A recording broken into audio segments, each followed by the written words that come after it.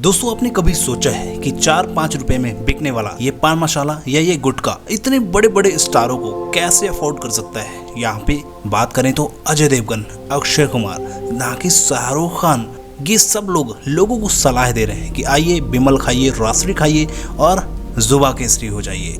आखिर ये कंपनियां कितना पैसा कमाती हैं और ये दुनिया को रंगीन कर देने वाले पान मसाला इतने बड़े बड़े स्टारों को कैसे अफोर्ड करती है भैया, आज की वीडियो में हम समझेंगे।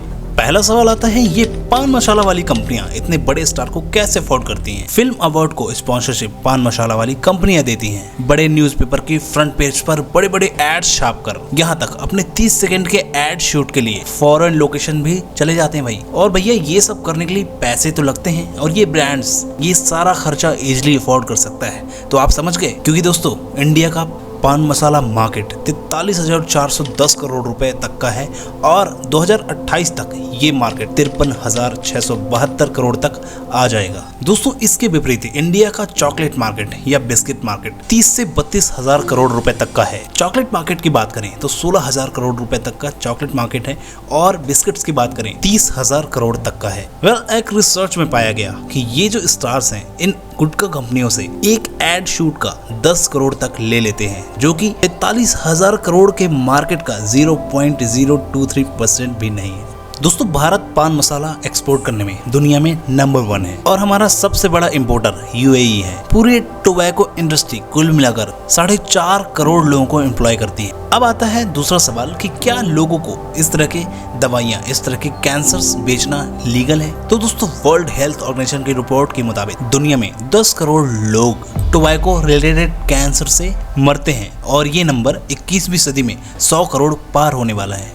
दोस्तों, किसी भी बॉलीवुड मूवी को शुरू होने से पहले आपने वो मुकेश की कहानी तो सुनी ही होगी। दोस्तों, कैंसर का इन सारे नशीले पदार्थों से होने वाले दुष्प्रभाव को जानने के लिए आपको कोई साइंटिस्ट होना जरूरी नहीं है। आप किसी भी मूवी के स्टार्ट होने से पहले देखेंगे कि जब वो मुकेश की कहानी सुनाता है तो वो रियल घटना ही होती है। लेकिन दोस्तों, ये 43,000 करोड़ की कंपनी आज बढ़ती ही जा रही है। आखिर कैसे? क्योंकि वो कंपनियां जीनियस कहलाती हैं, यानी कि मार्केटिंग में जीनियस हैं। और दूसरा, लत, जो इस गुटखे की लत में आता है वो फिर उसके बिना रह नहीं पाता और फिर उसके लिए खाने के पैसे हो या ना हो, गुटखे के लिए पैसे ज़रूर होने चाहिए। लेकिन दोस्तों, हुआ कुछ यूँ कि गवर्नमेंट ने एक्शन लिया और भारत में टोबैको को प्रमोट करना इलीगल माना जाने लगा। यानी कि सारे स्टेट गवर्नमेंट ने तंबाकू के साथ बेचने वाले सारे पान मसाला, गुटखा, खैनी सबको बैन कर दिया, इलीगल कर दिया। तो इन सारी कंपनियों ने क्या किया कि पान मसाला में से टोबैको यानी कि तंबाकू हटा दिया। पान मसाला मतलब पान के अलग अलग इंग्रेडिएंट का मिक्सचर जो कि उसमें रहता है, इसीलिए इन सारे गुटखों को केसर के नाम पे बेचा जाने लगा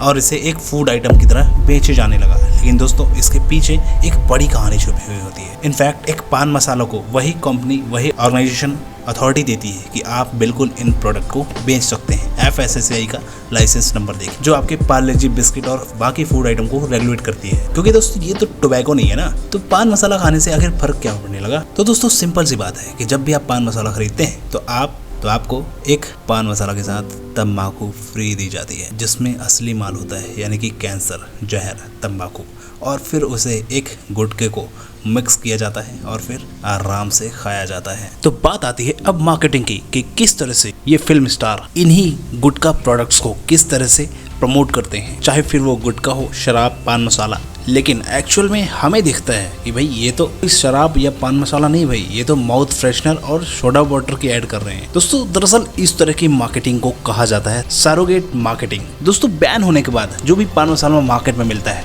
तो उस पैकेट में गुटखा चबाना स्वास्थ्य के लिए हानिकारक है ऐसा नहीं लिखा होता, बल्कि तंबाकू की पुड़िया में लिखा होता है, जो कि अलग से दी जाती है। और दोस्तों, इसी मोराल के पीछे छुप कर ये बड़े बड़े स्टार मार्केटिंग करने के लिए रेडी हो जाते हैं, ऐड बनाने के लिए रेडी हो जाते हैं। और हो भी क्यों ना, 5-10 करोड़ मिल जो रहे हैं। दोस्तों, अल्कोहल के ऐड बनाना बैन है, तो अल्कोहल कंपनी सेम नाम के क्लब सोडा निकालते हैं ताकि उनके ब्रांड की इमेज बनी रहे। कैसेट्स एंड CD निकालते हैं ताकि ब्रांड का नाम हमेशा याद रहे। पॉपुलर एड कैंपेन चलाते हैं जो आपको सालों साल याद रहे। एड में जो प्रोडक्ट ये लोग प्रमोट करते हैं वो आप खरीदें या ना खरीदें, लेकिन हाँ, जब आप वाइन शॉप में जाते हैं तो आप इनके प्रोडक्ट के ब्रांड को याद रखते हैं और फिर इनके प्रोडक्ट को ही खरीदते हैं। सिमिलरली पान मसाला यहाँ पे सिल्वर कोटेड इलायची बेचता है और ऐसे कई पान मसाला जो अपने अलग अलग कंपनी की इलायची बेचते हैं, लेकिन ब्रांड का नाम वही होता है। और यहीं से एक क्यूरियोसिटी जनरेट होती है कि हाँ भाई, ये पान मसाला और उनके ब्रांड की इमेज प्रॉपर इस मार्केटिंग से बनी रहती है। अब दोस्तों यहाँ पे जिस तरह की इलायची पैक की जाती है, तो उसका पैकेट आप देखना कि उस पान मसाला के पैकेट से बिल्कुल मैच करती होती है। और दोस्तों आखिर इलायची की मार्केटिंग कर दी तो क्या हुआ? इलायची बेचना थोड़ी ना गैर कानूनी है। अब इलायची भी ना बेचें। तो दोस्तों यहाँ पे इस सैरोगेट मार्केटिंग ने किसी भी स्टार को नहीं छोड़ा, चाहे वो साउथ का हो, पुराना हो, नया हो, किसी भी तरह के स्टार को इन्होंने नहीं छोड़ा। पर वेट, मैं ये वीडियो बना के रहा हूँ दोस्तों। गुटखा खाने वाले गुटखा खाएंगे, दारू पीने वाले दारू पियेंगे और ऐड करने वाले स्टार ऐड करेंगे। ये कुछ भी नहीं रुकने वाला इस वीडियो से, क्योंकि गवर्नमेंट कुछ भी अगर एक्शन लेती भी है तो यहाँ पे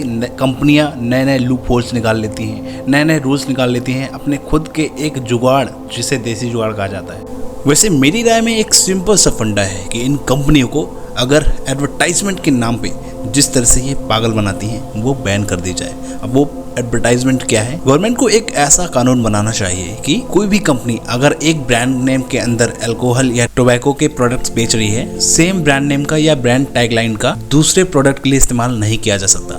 अगर बिमल को अपना पान मसाला बेचना है तो वो बिमल इलायची के अपने इलायची प्रोडक्ट को नाम नहीं दे सकते या उससे मिलता जुलता नाम नहीं दे सकते। अगर एक किंगफिशर बियर एग्जिस्ट करती है तो किंगफिशर सोडा एग्जिस्ट नहीं करना चाहिए, क्योंकि इससे रिकॉल वैल्यू जनरेट होती है। दोनों के नाम अलग रखने पड़ेंगे। सोडा का नाम किंगफिशर से हटाकर कुछ और रखना चाहिए। और ये बड़ा सिंपल सोल्यूशन है कि इस चीज पर बैन लगना चाहिए कि सेम ब्रांड नेम्स ना हो, उससे मिलता जुलता ब्रांड्स नेम ना हो।